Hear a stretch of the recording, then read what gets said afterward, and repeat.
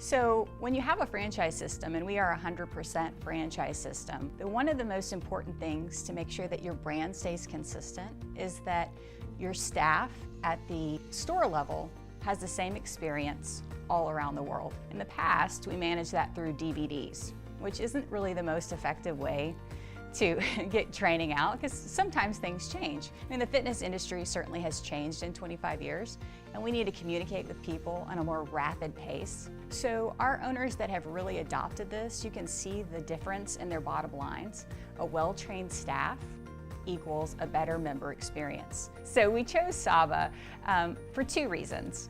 One, we chose it because you have lots of other customers that are franchise systems. Second, you have a global footprint. So because Saba had a global footprint, I wanted to make sure that we partnered with a company that did that as well, because we're around the world. So it's important that we have that same user experience no matter where our franchises are.